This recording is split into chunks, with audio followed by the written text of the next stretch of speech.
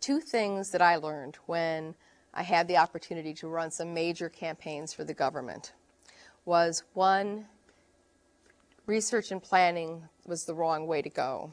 It should be planning and research, because I myself as a research person, I'm going to say it was my first week in government, but probably I wasn't that quick, but could go in the morning and design a perfectly good survey on the research side, and then in the afternoon realize I designed research that would help nobody run this campaign. And that was when like a light bulb went off in my head. I could always come up with research questions, but those weren't the questions I needed to answer. They really were the campaign questions. And so we turned it around and said, we're going to sit down and pretend like we have to plan and design this campaign now with no information. What don't we know? And then using that, those were the questions that we then took to research. And that made a huge difference, because you can only do so much planning until you hit the real world. And so if our planning was more iterative, we'd plan and see what works and then change it, and not spend a lot of time creating the perfect plan all the way down to implementation.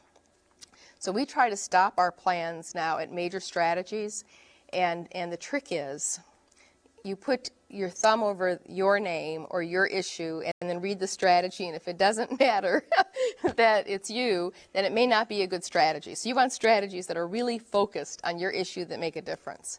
If you've got those strategies, then the whole point is to wait for the opportunities. You can plan things, but you want those opportunities that come along. So, for example, on the mammography campaign for NCI, we had no idea that NBC was going to come in and offer to produce television shows. We had no idea that Avon wanted to become engaged at the local effort. We had no idea that Revlon wanted to work with the YWCA to get mini grants out to local community groups. But because we had our strategies in place, when those opportunities came, you know, you say, throw it against the wall, if it sticks, do it.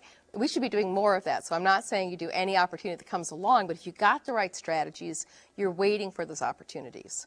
Some come, some go, but it's the opportunities you want to be able to leverage. So we don't need to plan down to what are we going to do on this month. We need to know these are our core strategies, and now where are the opportunities that we can implement them.